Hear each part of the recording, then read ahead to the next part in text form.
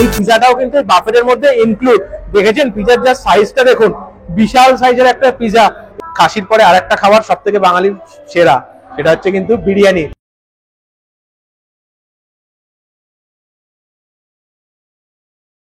তপসিয়ানা নিওয়ালিপুর না, চলে এসেছি কিন্তু মধ্যমগ্রামে। এখানেও কিন্তু একটা বাফেটের সন্ধান দিতে আপনাদের, সেটা কিন্তু দেশি লেন্টে। তো তার একটা বাফেটের আজকে পুরো ভিডিও আপনাদের সামনে আমি আজকে তুলে ধরবো। স্টে টিউন, সঙ্গে থাকুন, ভিডিওটি স্কিপ না করে পুরোটা দেখুন। এদের এখানে কিন্তু প্রচুর খাবার, দাম কিন্তু অনলি 349 প্লাস জিএসটি। সাথে থাকুন, ভেতরে ঢোকা যাক। বেলতলা স্টপেজটা ক্রস করলেই বাঁহাতে কিন্তু আপনাদের এই দেশি লেনটা পড়ে যাবে। চলুন যাওয়া যাক ভেতরে।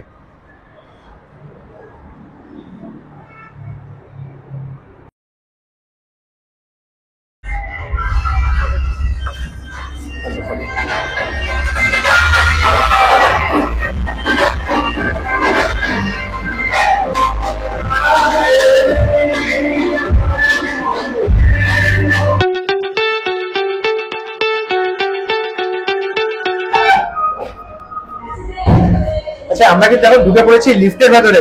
আমরা কিন্তু যাবো এখন হচ্ছে সোজা রুফটপ। রুফটপ যে এদের ক্যাফেটা আছে সেইটা কিন্তু আমি এখন দেখাবো আপনাদের।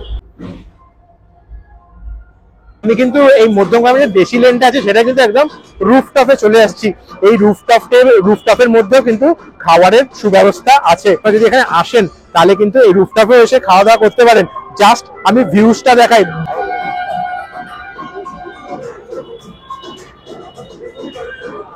বাইরেটা এর নিচে কিন্তু পাব আছে। পাব ইন দা সেন্স মানে ওখানে ড্রিঙ্কও আপনারা যারা সুরা প্রেমী তাদের জন্য ব্যবস্থা আছে, এবং হুক্কা বারও আছে নিচে।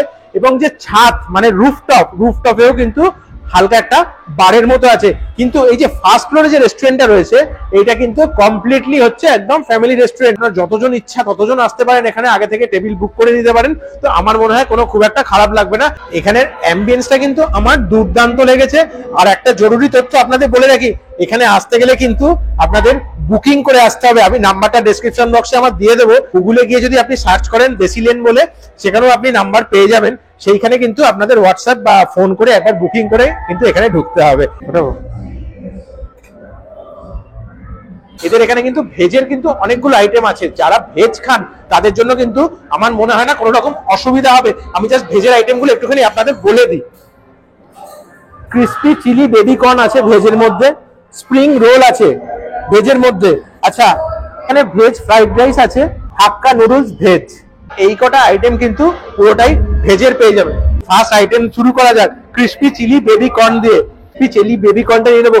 আচ্ছা, আমি একটা কথা বলে রাখি, এদের এখানে কিন্তু বাফেটে যে খাবারগুলো রয়েছে তার পরিমাণ কিন্তু একদম যথাসামান্য। তার কিন্তু একটা কারণ আছে।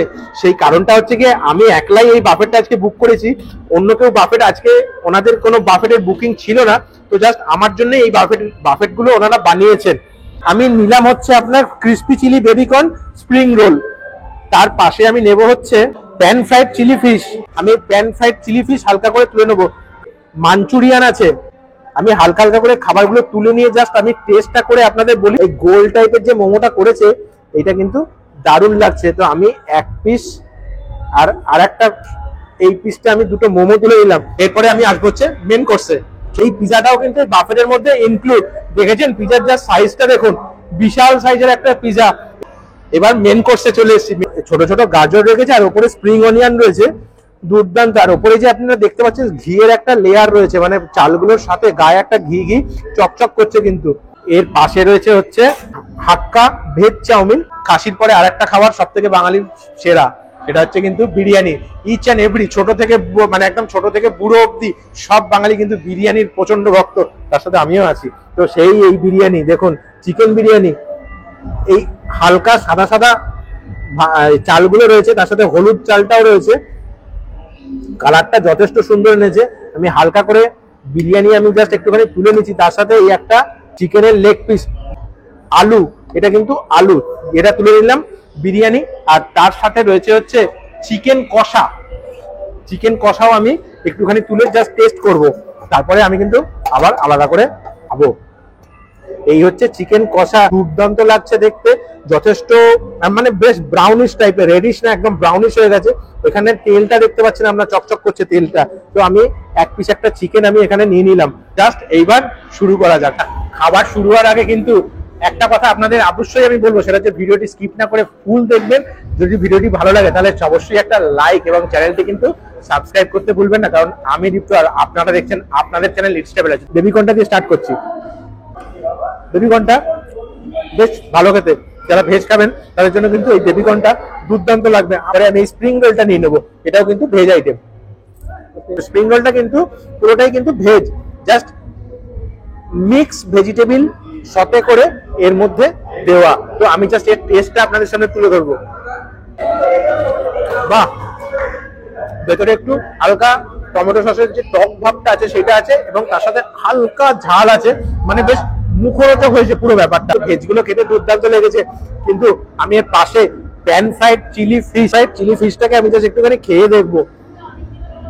মানে দুর্দান্ত, কালারটা কিন্তু দুর্দান্ত এসছে। যে মাছ যেটা এনারা দিচ্ছেন সেটা কিন্তু একদম পরিষ্কার আপনাদের বলে দিচ্ছি বাসা মাছ। আমি জাস্ট বাসা মাছটাকে খেয়ে দেখছি, এটা কিন্তু রেকমেন্ডেশন রইলো, একদম আচারের মতো খেতে, দুর্দান্ত। আচ্ছা, আমি এর পরের আইটেমটা চলে আসছি। অনেক জায়গায় না মাছের আইটেমটা কিন্তু চট করে থাকে না, কিন্তু এদের এখানে মাটন নেই কিন্তু মাছ কিন্তু ভরিয়ে দিয়েছে। বাঙালির দুটো জিনিসই সব থেকে বেশি প্রিয়, মাটন নালে ফিশ। তো এরা মাটন দেয়নি, কিন্তু ফিশটা কিন্তু এরা একদম ভরিয়ে দিয়েছে, যত খুশি খেতে পারবেন। আমি এবার চলে আসছি হচ্ছে ফিশ মাঞ্চুরিয়ানে। এই মাঞ্চুরিয়ানের জাস্ট ফিশের যে সাইজটা এটা কিন্তু দুর্দান্ত, যথেষ্ট বড়। ফিশ মাঞ্চুরিয়ানটা খেতে দুর্দান্ত হয়েছে, কিন্তু ফিশ মাঞ্চুরিয়ানের আগে কিন্তু আমি এটাকে রাখবো, এটা কিন্তু যথেষ্ট মুখরোচক। আর ফিশ মাঞ্চুরিয়ানের যেটা যেরকম মাঞ্চুরিয়ান হয় ম্যাক্সিমাম হোটেলে, একদম সেই মাঞ্চুরিয়ানের টেস্ট এনজয় করছি। এবং আমি একদম কথা দিচ্ছি আপনারা আসলে কিন্তু এনজয় করবেন। এইবার কিন্তু চিকেনে চলে এসেছি। চিকেন মোমোটা আমি কিন্তু এবার জাস্ট আগে ভেঙে দেখাবো, তারপরে ভক্ষণ করবো। ওপরের কভারটা কিন্তু একদম নেই বললেই চলে, জাস্ট একটা পাতলা কভার। আর এই হচ্ছে ভেতরে চিকেনের পুরটা। আমি কোথায় আছি, কলকাতায় আছি না দার্জিলিং এ আছি নাকি না গ্যাংটকে আছি? আমার তো মনে হচ্ছে আমি গ্যাংটক বা দার্জিলিং এ আছি।